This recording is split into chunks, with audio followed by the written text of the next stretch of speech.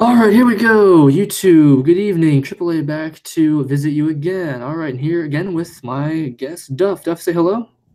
Good evening and happy St. Patrick's Day, ladies and gentlemen.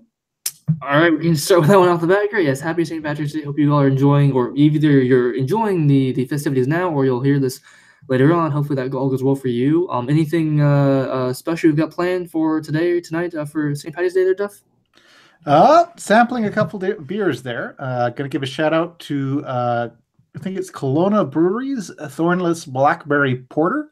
Good stuff. And Port Moody's Russian Stout from Port Moody Breweries. Both excellent.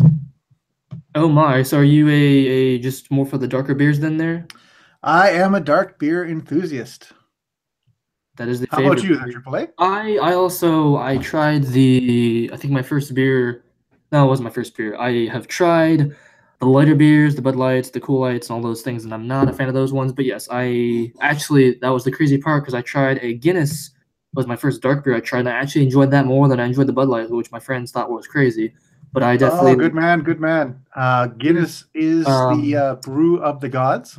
Although what you get here in North America versus what you can get in Ireland is quite different in terms of the flavor profile and also in terms of the water which they use, because the Guinness in Ireland actually has a much higher mineral content. But the Guinness we have here is not too bad. oh, so there'd even be a different taste then you're saying? Oh, absolutely. There's a big difference between what you get in the UK and Ireland and what you get domestically in Ireland. Sorry, what you get domestically in Ireland versus what's exported internationally. Guinness doesn't travel well, so they tend to license its brewing out to local breweries. I think here in Canada, the Rickards Brewery is actually the one that's in charge of making Guinness. Huh. Yeah, That is but crazy. Yeah, I think I only had the two, and I had the first one I had was Guinness Draft, which was I thought was good. Then I had Guinness Black, and that was a bit dark for me, but otherwise, I mean, the Guinness, generally speaking, I just like the straight dark taste was is pretty good. But yeah, I mean, Guinness, the stout porters, the one beer that I liked a lot was I think it's called Dragon's Milk, but it's really expensive, so I only had that once. But those were that's kind of where I am overall. Though I'm not into the citrusy, hoppy, whatever you call that category. I'm not really a fan of that one. um, yeah, it's weird. Like everybody has their own sort of flavor profile that their taste buds really like. I don't really like a lot of citrusy stuff, or at least I didn't used to until I started drinking sours. And since they've started doing sours, I've really liked those. And it's just that weird marriage of a more traditional beer kind of texture with a flavor that's more reminiscent of a cider. And putting those two things together has been amazing. well, how sour is the sour? That's the tricky bit. It might not actually be that sour. It's just that it has more of a citrusy flavor. In fact, it's funny because for something which is called a sour, I can drink way more of those and have a much nicer night than if I drink a much lighter beer, which I find either really, really hoppy and tends to give me like the acid reflux. So it's a bit odd with that, just in terms of the designation. I definitely agree. I definitely agree. Um, that's so. I guess do you have a favorite then? Let's see here. I've actually had quite a few recently. I'm actually kind of spoiled for beer selection in my local region, but um, pretty good sour is, oh, where is it? The Salzpike sour porter with cranberries from Cologne, Germany, is excellent. The Lulu sour, I actually quite like that one. And hang on, there's a couple other ones that I've had recently too, but I don't have them on hand. Have you ever had a nitro brew? Oh, I've heard of that. I think so. I don't remember if I like it or not though, but I think I have had it before. It's a little different. I want to if I remember correctly. Yeah, it's funny. So nitro brewing, literally, you just pump nitrogen into something and you hold it in a pressurized environment as you're doing it. Starbucks has a nitro cold drink, which they serve in like a beer cup. I would recommend caution in drinking it. I love the smoothness of it because it's as close to a porter or a stout with no alcohol as you can get. But the caffeine content is something like 6 to 8 times that of a regular medium roast coffee. I had it, loved it, and then like was shaking for the next 5 hours. And I'm just like, this is not good. But it was good tasting. But there's one called Cobblestone Stout from Mill Street Breweries in Toronto, which is quite nice if anyone wants to delve into that. Wow, that's wow, I can't believe that I'm surprised they have that much caffeine content in one bottle, but then again, I guess that's kind of the point, Well, maybe. two different things. Two different things. The Starbucks Nitro Brew is a coffee drink, which they do. The Cobblestone Nitro Stout has a coffee base, but it's not the same thing. It's much nicer to you and very smooth. Ah, okay, gotcha. That's makes a bit more sense there. Okay, fair enough. And with that being said, I guess are you more of a beer than wine, liquor than guy, or do you have a preference there? I actually haven't gotten into wines yet. I didn't start drinking, ironically, until I turned 21, which to Americans are like, yeah, well, duh. But here in Canada, the legal drinking age is 19. And I kind of went from being a teetotaler, because I hadn't drunk prior to that, to being a beer snob immediately. I kind of follow the German ideology, which is that if a beer has to be drunk cold, then what you're drinking is a bad beer that they're hiding bad flavors with by making it chilled. So I try and drink it around about room temperature, maybe a couple degrees lower than that. Wow, never thought of drinking a warm beer. That's Well, it's interesting. not warm. It's not warm. It's a little bit lower than room temperature. It's just not chilled.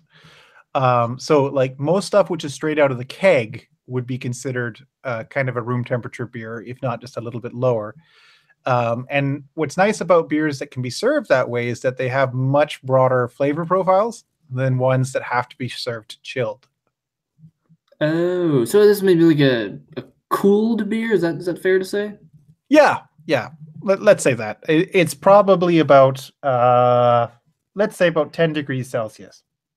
Okay, that's a better range. Fair enough. Again, I don't think I've had beer like that. Most, of course, most beers over here are chilled, and there's quite a few. But yeah, I never really.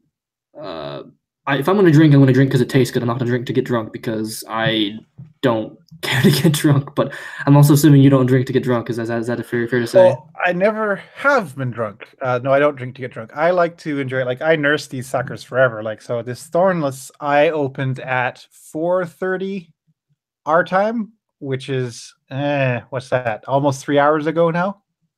Oh So wow. I can nurse them for a long time, and if they're got a good flavor, that's great. Otherwise, don't bother drinking them. You pour them out. So are you like a once a week kind of guy then, or? Oh, it depends. Friday after work with the fellows is great, but only if there's good deals and a good selection of beers. I've never really been one for uh, produced, so I'm not really big into the Budweisers, the Coronas, the Molson Canadians, the Kokanese kind of thing. But there is such a large selection of microbreweries and local brewers that you can have access to.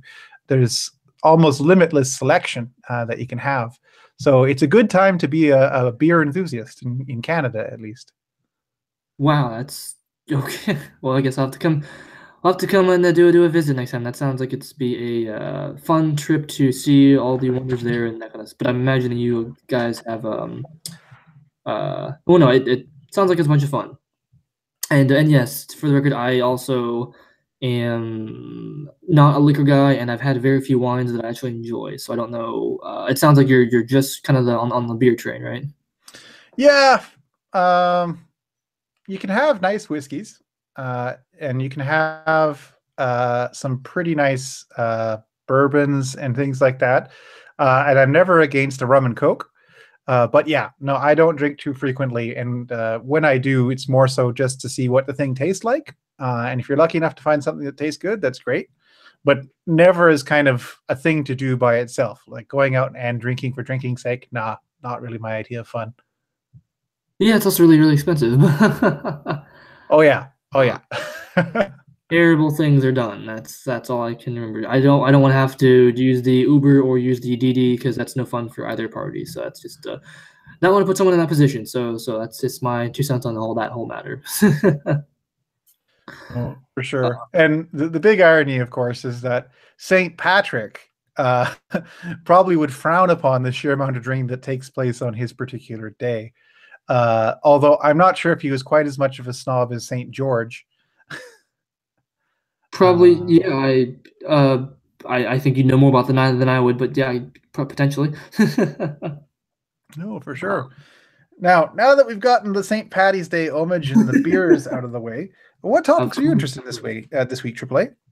Yes, thank you. Well, again, happy St. Patrick's Day, everyone. Have fun. Do not drink and drive. Be safe. All that fun stuff. I don't. So be safe out there, guys, guys and girls. But no, I wanted to, as the title talks about, this week has been well, this weekend, this last weekend too, has been wrought with a lot of news on things that we kind of care about and no news on the things we really should care about. So, of course, the bigger thing that had been in the news recently was the March for Life or the Walk for Life, or that whole thing. Kids walking to school to march for what I assuming to be increased gun laws and that kind of thing. So that whole thing was happening, and I, on the one hand, do what you want to do. It's our, and in the U.S. of A. here, we have the right to express your opinion as freely as you want to, which is great. I don't know if there was a. I mean, the message there was we don't let's get rid of guns. I don't think that there was a really solid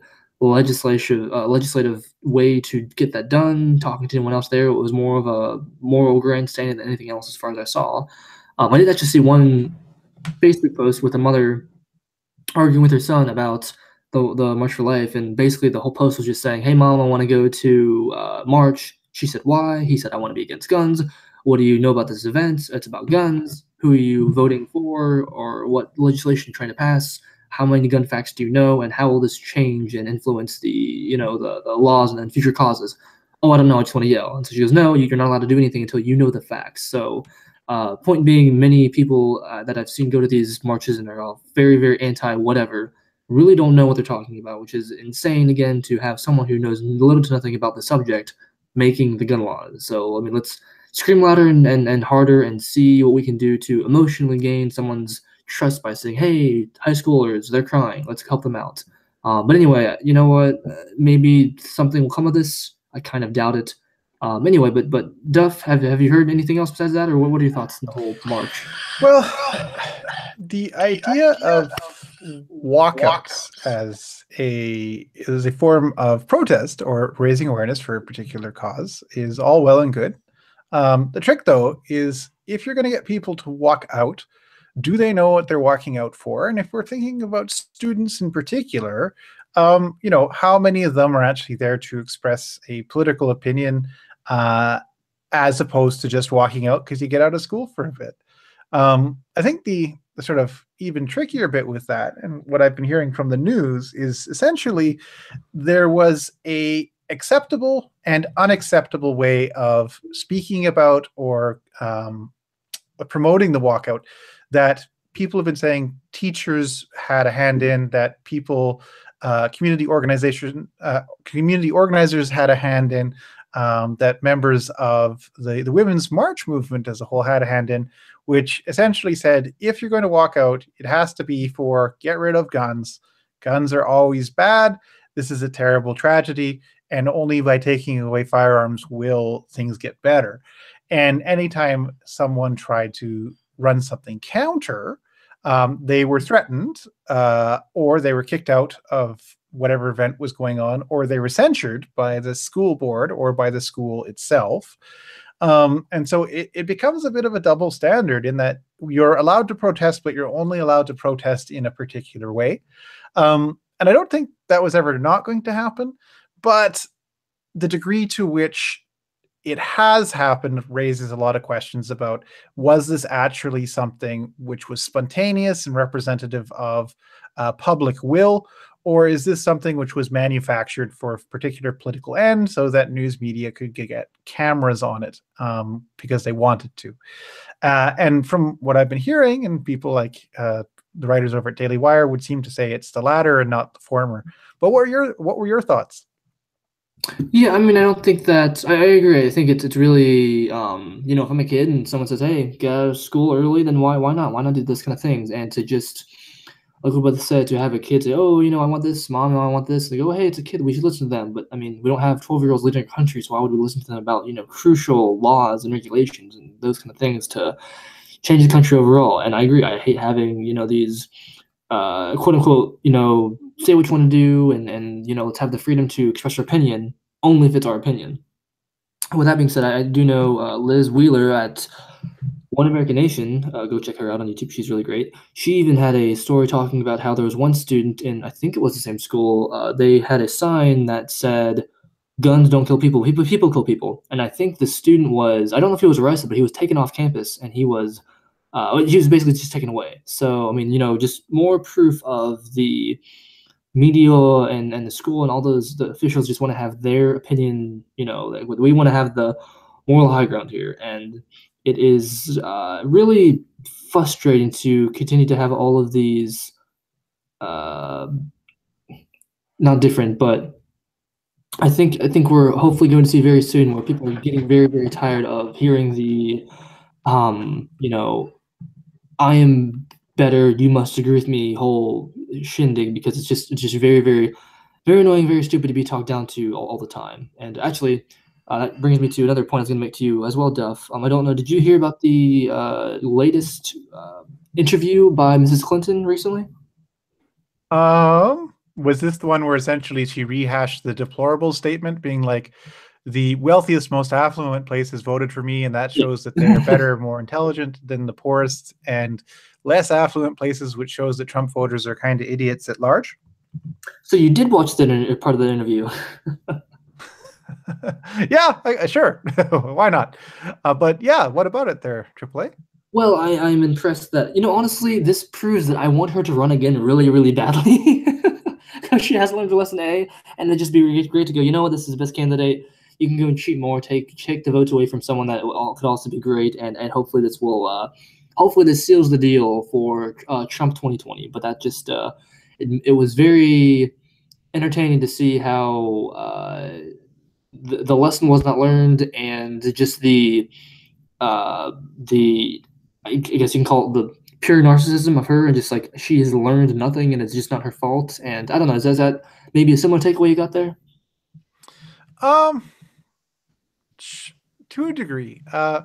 I think what you have with Hillary Clinton is someone who represents a particular class of political elite and perhaps an intellectual elite that doesn't really see any point in trying to bring people into the Democratic Party in any real way, sense, or form if they aren't of a particular minority group, if they don't espouse particular views. So Hillary is not one to evangelize on behalf of the Democratic Party, but she is one to try and sell herself as being better than the next guy, even as she kicks the next guy in the groin, kind of thing. So that's not new for her. I think what's more interesting coming out of it as well is in India, because I think this is where this interview took place. She was having considerable times maintaining an upright trajectory. I think she fell down something like 3 times on camera, and keep on going. This doesn't seem like the healthiest candidate, but she definitely seems like someone who could really mess with the Democrats going into the next American election cycle. That is very, very true. I think I've seen with that, there's the downside of, I believe there are, I might be wrong about this. I want to say there's like 20 or 30 open seats for Republicans and I believe 12 for the Democrats. And so we'll see how this goes. I hope that they don't lose their power in the House and Senate. I really don't know what's going to happen there. I hope that they kind of keep their head amongst them. And I mean, overall, it does seem that, Trump is actually keeping his promises and doing the things he said to do. So maybe, the American people are going to, keep that in mind. But And unfortunately, and I also listen to, I don't know if you know this guy in America. We've got Rush Limbaugh on 95.7, I believe. Anyway, he's a radio talk show host, and he was discussing how the media makes it sound as though Republicans are saying, "Oh, hey, we're sorry, Trump got voted. This was a bad idea. Here are our seats back. You take over, and whatever else." On the flip side, a lot of and the reality is things are going pretty well. Maybe this is just more proof that the Democrats are just not. They're kind of on fire. As he put it, the Republicans are more or less in agreement with what's going on. They might have some tweaks here and there, but they're pretty happy with the tax cuts, all the policy moving forward. Whereas the Democrats are really having a civil war of, we want to make everyone feel inclusive, and yet we're also saying, hey, if you don't believe this XYZ thing, you're kind of out. So they're trying to get their house in order, and it's just really a crazy storm of nonsense. I don't know if you've heard anything about that. What do you know there, Duff? No, no, I can't say I actually listened to Rush in anything but a passing fashion. But one of the things which I would be leery of is the party that feels like things have been going well is the party whose base probably won't show up at the voting box. The party, even if their leadership is in shambles, who feels like the world is under threat, is the party that will show up and vote. And I know recently, what was it? The Republicans have lost something like two congressional seats, and have won a couple, but in a really close race in what have traditionally been bastions of Republican support. So it's something which you have to bear in mind that most presidents will lose either the House or the Senate in the midterm elections, and that's been the case consistently over time. Now, whether or not they gain it back next time they're elected, that's a different story. But it's hard to be a sitting president or a sitting a party in power, and maintain your base through the midterm elections. Well, I guess that also goes to the point of maybe we should go and rethink the party system. Although, unfortunately, I've also been told many times where it is what it is, and it's not going to change because we're human beings, and at least in America, are very much the this or that. We don't like to have too many multiple choices, so it goes into the two parties either way. But again, that's a bit of a different topic for different podcasts. But so yeah, I mean, hopefully things go well. I've been told recently that like I said, hopefully they keep the House and Senate. I really don't know. I mean, I know that overall we're pretty happy with the tax cuts and other things. I know that Trump has he has approved a few Supreme Court, not or some judges. I can't remember what level they are, but he's approved some judges there, so people are pretty happy about that.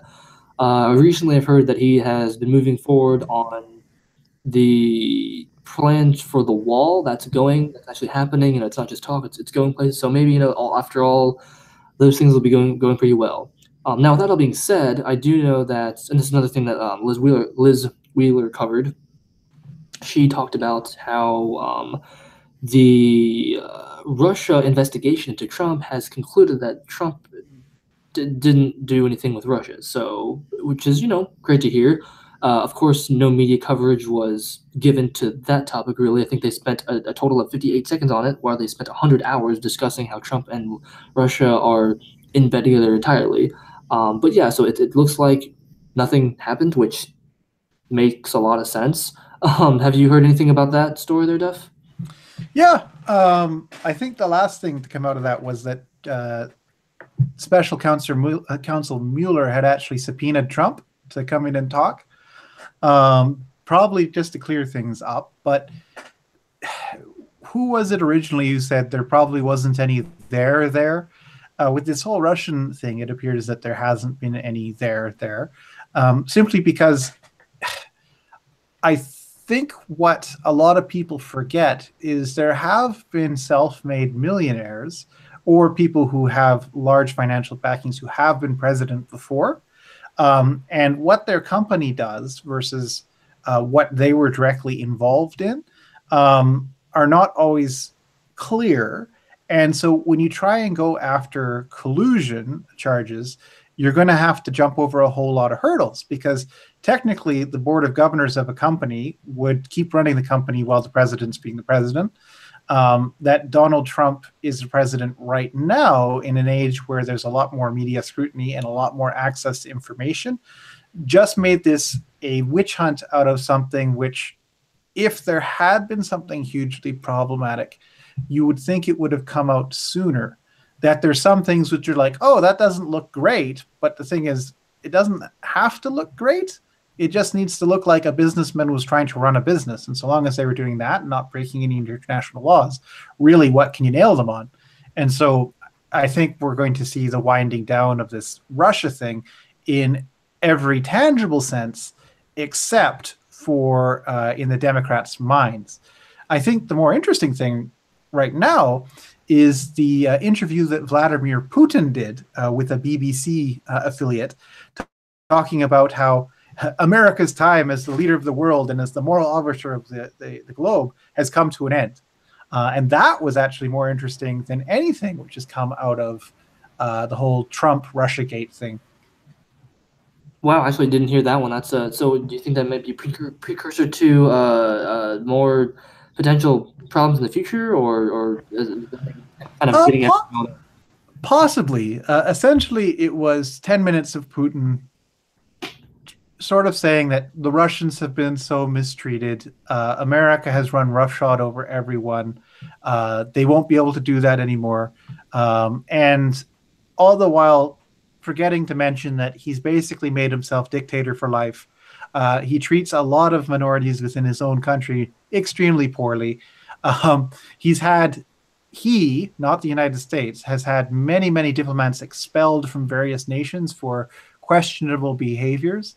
But it just sort of goes to prove that the Russian president is far better at this whole PR thing than Donald Trump is, and also far better at manufacturing his own image in a competent way, as opposed to sort of a bumbling guy's guy kind of way. So it makes you wonder if Putin actually has a couple things in the fire right now, which might turn into something like another invasion of Crimea, or maybe just a whole bunch of trade negotiations with new partners that were very unexpected and that will catch the Western media by surprise if they're bothering to pay attention at all. Yeah, that is the well, speaking of which, I don't know. So given all the coverage on topics that don't really matter versus the ones about Trump that should actually matter, are you? And again, this is I guess the difference between media in the U.S. and media in Canada. But the do, do you think that because all of the biases are happening right now, do you think maybe that we need is there a way, I guess, to reboot the media, if that makes sense? Possibly. And it literally might be as simple as, okay, guys, let's focus on international news for a while. Let's actually pay attention to the people who are risking their lives to get people's stories. Let's actually let our foreign correspondents do their job instead of essentially at home self sabotage kind of journalism. So I wonder, though, if the major problem is that if we look at American media outlets, traditional media outlets, there's just a massive imbalance in terms of who's in charge of what. So you have Fox, who's purportedly a right-wing news outlet, but they're basically drawing a line in the sand saying we're going to defend whatever Trump does. Then you have CNN, ABC, NBC, and is there another one?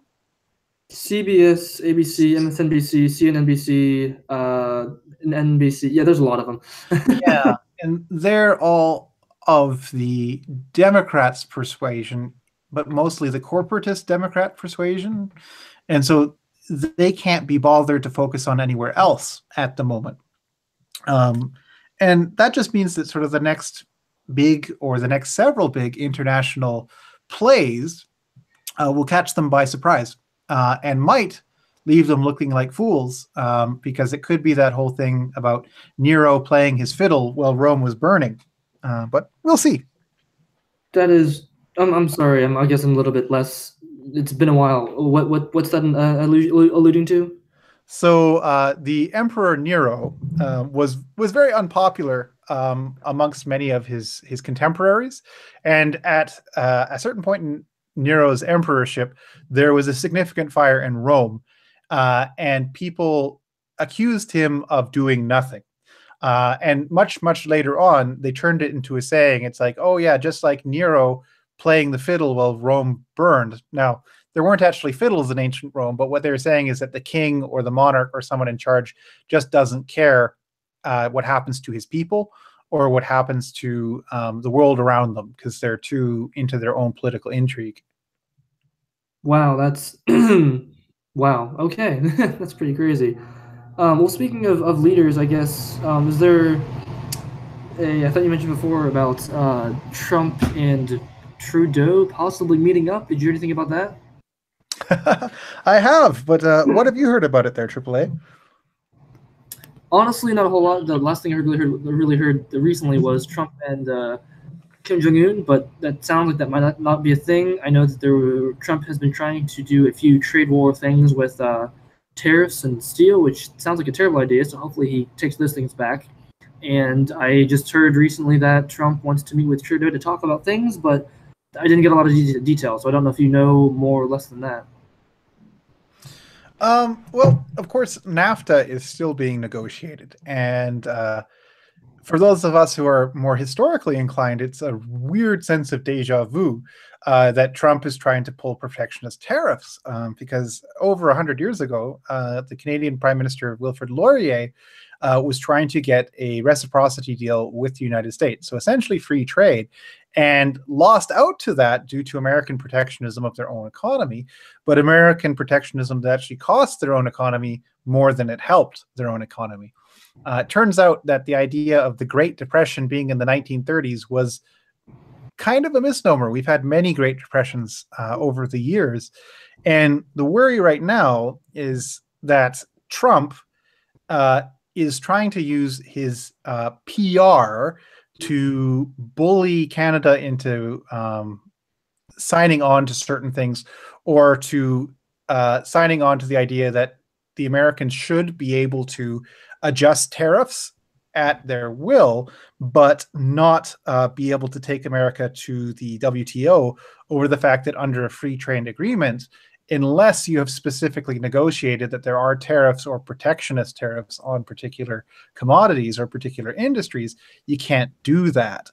Canada actually has a history of suing the US because of the US claiming that our softwood lumber is not up to par when it is. And whenever we have a third party investigate, it turns out our lumber is probably better than most of the lumber in the Northwestern American market.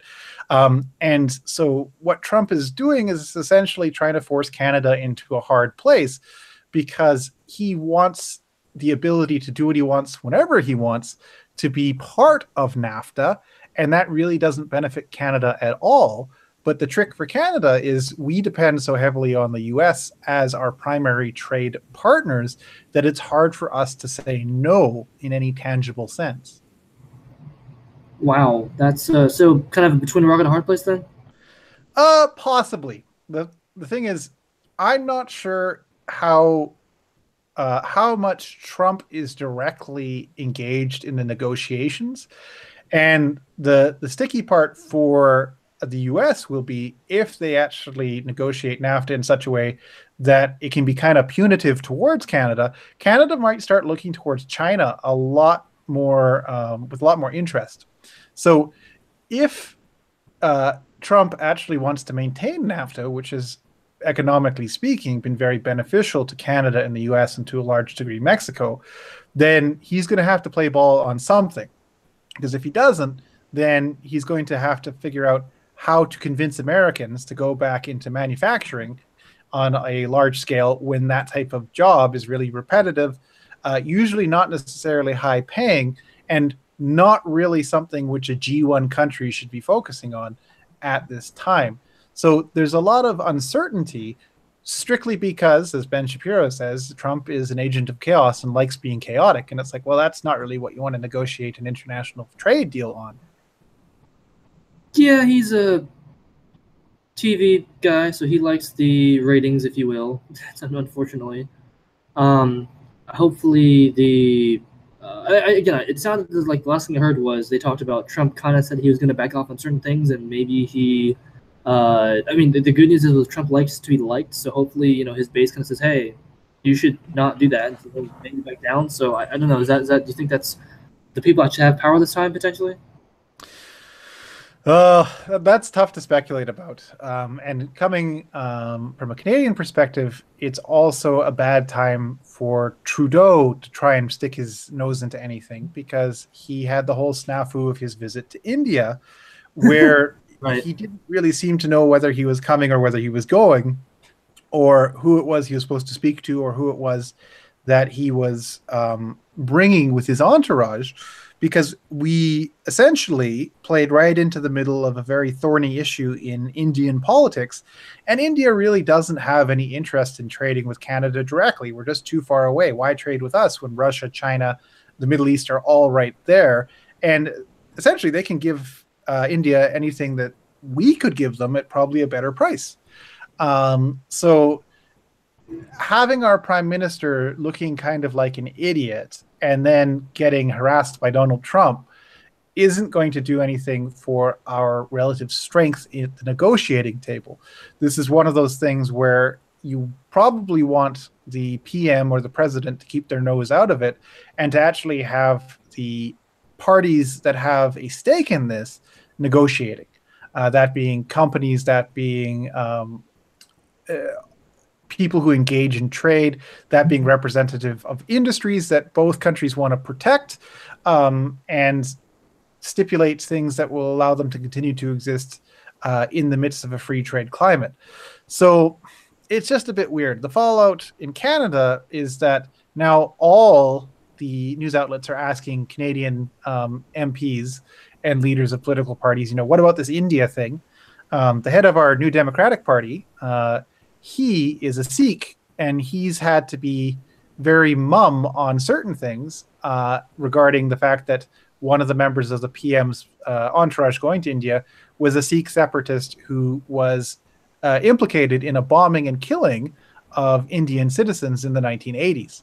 So there's large amounts of political intrigue going on here in Canada, which really didn't need to be stirred up in any way, shape, or form. So it just makes a bad environment to be negotiating NAFTA 2.0. Wow, that's it's very that's just crazy. And I guess I mean, since that's kind of your background there, do you think that many Canadians think about these kind of things, or informed as you are?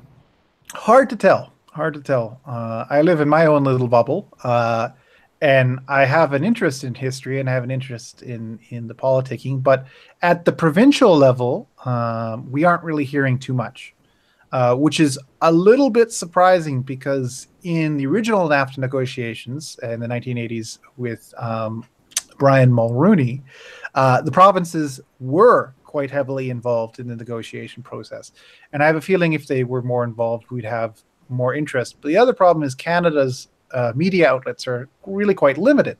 The CBC, which is our national news outlet, if I look here, there is a NAFTA article on the front page, but it's more to do with the problem of Trump's misconstruing of what trade deficit means, and that trade going more so one way than the other is always a bad thing, rather than being indicative of one country needs more of a particular thing, therefore they buy more than the other country who might not need it the same way. Yeah. Fair enough. Well, hopefully this gets resolved quickly and kind of deal. And just since we're on that topic with Trudeau there, this is a bit of a segue. Are the uh, election, because I know obviously Trump's going to go back for the 2020, and then we have our elections right now. Is there any hope to change Trudeau's mind or change leadership for you guys very soon by chance? Or When is Trudeau's term up? I don't actually know, but right now in Canada, it's very unlikely that we will see a major shift in government. Our Conservative Party is still trying to find itself in the wake of the loss of the last election. Our NDP party was looking good with the election of Jagmeet Singh to be their leader, but with this sort of political wrangling and the fact that Jagmeet Singh asked Canada to recognize what happened in the 1980s in India as a Sikh genocide, just after we tried to suck up to India a bit to get trade out of them, makes things a little bit questionable. And it might actually cause some tensions within the Indo-Canadian community because, of course, there are a large number of Hindu Indo-Canadians in Canada, and they see what happened very differently. And then, the Green Party, it sometimes makes gains, it sometimes loses gains. But unless something goes horribly wrong, Justin Trudeau will most likely be elected again. Really? Yep. He's viewed well right now? Well, his party is. So in Canada, the Liberals and the Conservatives, although the Conservatives have changed more than the Liberals, have always been our two parties. And most consistently, Canadians have tended towards the Liberal Party historically. In fact, they call themselves Canada's party, and they're not necessarily wrong if we look at things within the historical context, just because they are liberal. In fact, they might be more of a socialist party than a liberal party, but they're open to new people, new beliefs. They are very much about the multicultural mosaic, which sells well as a political point here in Canada.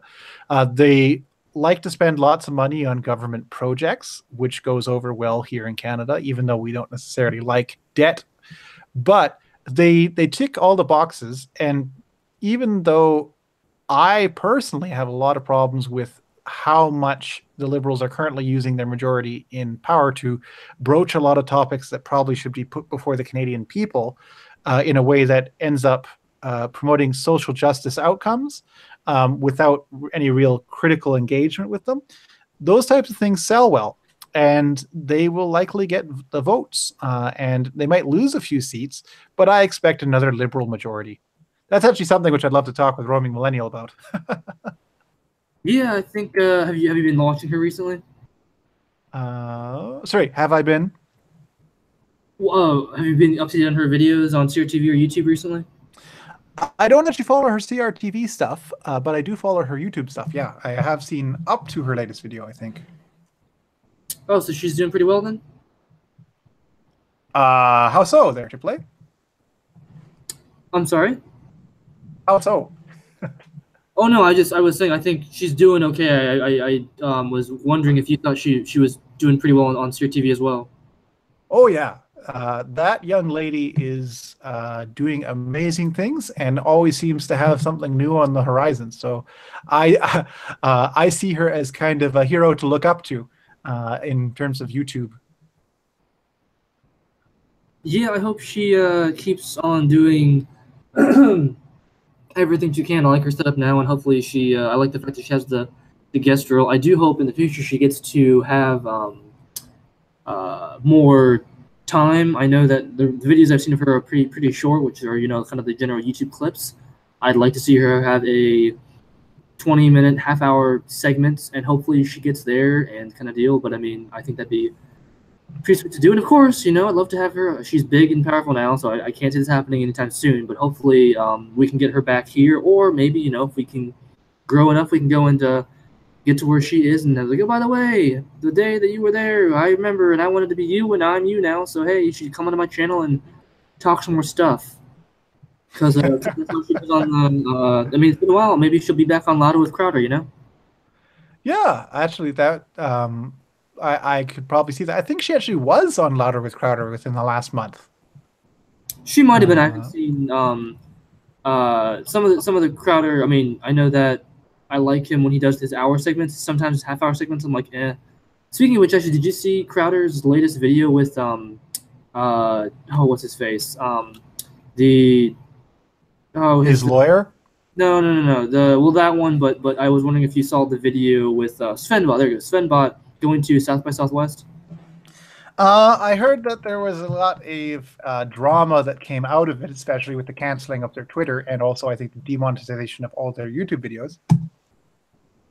Yeah, it was. Well, to be fair, the video wasn't really that bad. Like he's done way worse videos. It wasn't, and there was not really any insulting going on. It was just kind of, I mean, he was being a nuisance. I'll say that, but it wasn't like, this is stupid or whatever. I mean, Svenbach just kind of just talked about himself a lot and just kept interrupting, and that was all that was happening. But I take it you saw the Crowder with his half Asian lawyer. I did see that 10-minute segment for sure. That's yeah. So I mean, yeah, I agree. It's crazy to see how there was a little bit of bias with Twitter because I mean that's I guess that was the whole point of his segment, right? Oh yeah, yeah. It's those really peculiar things because, of course, they do have a corporate bias. Um, and the people who seem to feel the Twitter wrath, though, it doesn't seem to be consistent in terms of popularity. So you can have way more conservative people with much larger followings that seem to be able to get away with similar things, although in more traditional sense. But then you have some more controversial figures like the Steven Crowders of the world, who they want to come down on hard as much as they can and as frequently as they can. But in a slight aside, one of the YouTubers which I would like to get a hold of at some point for a sit down chat would actually be Barbara for you to see, because she recently did a video about Canada of all places. So that would be an interesting chat to have as well. Hey, you know what? We can make it happen. Man. We can make it happen. I don't think I mean, she's a bigger YouTuber, but I think that that's totally possible. So just remind me. We will send her a message to be like, hey, big fans, come talk and do some fun stuff. That'd be a good idea to do too. All right, awesome. Well, hey, it's been good. I think we've covered a lot tonight, which is awesome, and I hope that things get better overall for each of us here. Any I guess closing thoughts there, Duff? Happy St. Patrick's Day. And if you have any beer recommendations, please post them in the comments below. I would agree. Happy St. Patrick's Day, everyone. Be safe out there. I hope that the next time we see, we'll be one step closer to getting uh, either Roman or Barbara for you to see, or any other guests that you guys want to see come on the show. Please let us know. That'd be awesome. And until then, we will see you guys next time. Be safe out there and have a good one. Well, see you there. Say goodbye, Duff. Have a good evening, ladies and gentlemen. Thanks, guys. I'll see you next week. Thanks.